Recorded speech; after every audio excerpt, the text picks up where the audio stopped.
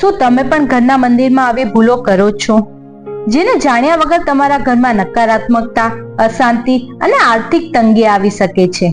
હા, વાસ્તુશાસ્ત્ર જણાવે છે કે મંદિરમાં થયેલી નાની નાની ભૂલોથી પણ ઘરનું ભાગ્ય બદલી શકે છે.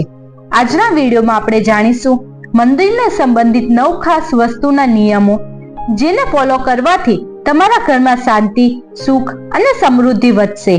આજનો વિડીયો ખાસ કરીને તે લોકો માટે છે જે પોતાના ઘરના મંદિરમાં શુદ્ધતા, પવિત્રતા અને સકારાત્મક ઉર્જા લાવવા માંગે છે. ઘણા ઘરોમાં ભગવાનની મૂર્તિમાં નાની તિરાડો અથવા નાકકાનથી થોડીક તૂટેલી હોય છે. વાસ્તુ અનુસાર આવું રાખવું અશુભ છે.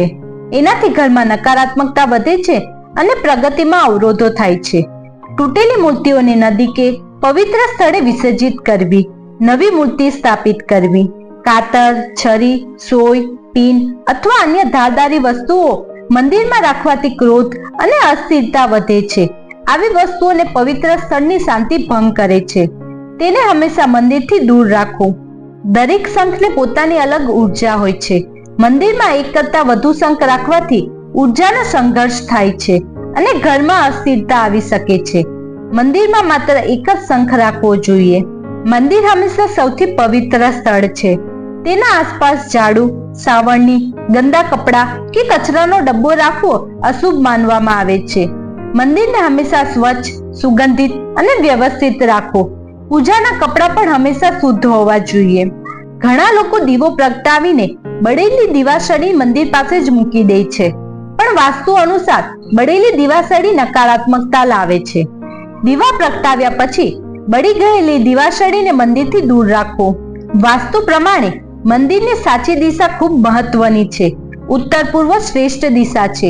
પૂર્વ દિશા પણ શુભ છે. દક્ષિણ અથવા દક્ષિણ પશ્ચિમ દિશામાં મંદિર અશુભ માનવામાં આવે છે. સાચી દિશામાં મંદિર હોવાથી ઘરમાં પોઝિટિવ એનર્જી વધે છે.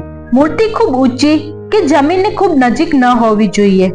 મૂર્તિ આંખોની સપાટીએ રહે તે શ્રેષ્ઠ છે. ભગવાનનો ચહેરો પૂર્વ અથવા પશ્ચિમ તરફનો હોવો જોઈએ. જો મંદિરની પાછળ ટોયલેટ, બાથરૂમ અથવા રસોડું હોય તો તે વાસ્તુ અનુસાર અનુકૂળ નથી. શક્ય હોય તો મંદિરની પાછળ પવિત્ર ચિહ્ન, ચિત્ર અથવા લાકડાનો પેનલ લગાવો. પ્રકાશ પોઝિટિવ એનર્જીનું પ્રતીક છે.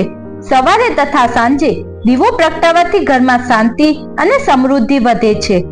મંદિરમાં નરમ અથવા પવિત્ર પ્રકાશ રાખવો. આ નિયમો નાના લાગે છે, પણ તેનો પ્રભાવ બહુ મોટો છે.